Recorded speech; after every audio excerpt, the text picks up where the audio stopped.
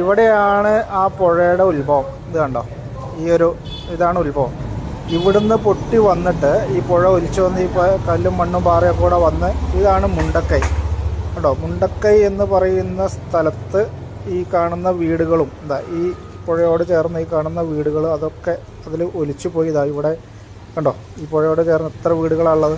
ഇതെല്ലാം പോയി നേരെ വന്ന് ഇതാണിപ്പോൾ നമ്മൾ ന്യൂസിൽ കണ്ടുകൊണ്ടിരിക്കുന്ന സ്കൂള്, ആ മരം, ഇതൊക്കെ. ഇതിൽ ഈ ക്രോസായിട്ട് കാണുന്ന ഈ ബിൽഡിംഗ് മാത്രമാണ് ഇപ്പോൾ അവിടെ നിലനിൽക്കുന്നത്. ബാക്കി ഇവിടെ ഇത് മൊത്തം പോന്നു. ഈ കാണുന്നതാണ് അവിടെ ഒലിച്ചുപോയ പാലം. ആ പാലം, ഈ കാണുന്ന അമ്പലം, ഇതെല്ലാം പോയി. ഇത് പോയി അവിടുന്ന് നേരെ വന്ന് ഇതുണ്ടോ പുഴ വരുന്ന വരവ് കണ്ടോ, ഇതിലേ വന്ന് ഇവിടെയാണ് സൂചിപ്പാറ വാട്ടർഫോൾസ്. ഇതുണ്ടോ, ഈ സൂചിപ്പാറ വാട്ടർഫോൾസ് അങ്ങോട്ട് ചാടിയിട്ട് നേരെ അങ്ങോട്ട് കണ്ടോ, താഴേക്ക് ആ ചാല് പോകുന്നത് കണ്ടോ. ഇതിലേ പോയി ഇവിടുന്ന് ഇങ്ങനെ പോയിട്ട് ഇത്രയും കിലോമീറ്റർ പോത്തുകല്ല് കാണുന്നുണ്ടോ, ഇതുണ്ടോ, ഇത്രയും കിലോമീറ്റർ ഒഴുകി പോയിട്ടാണ് ആ ബോഡികൾ കിട്ടിയിട്ടുള്ളതെന്ന് പറഞ്ഞാൽ അതിൻ്റെ ഒരു ദുരന്തത്തിൻ്റെ വ്യാപ്തി എന്താണ്. അത്ര ദൂരം ആണ് ബോഡി ഒഴുകി പോയിട്ടുള്ളത്. നമുക്ക് ചിന്തിക്കാൻ പോലും പറ്റാത്തത്ര ദുരന്തമാണത്.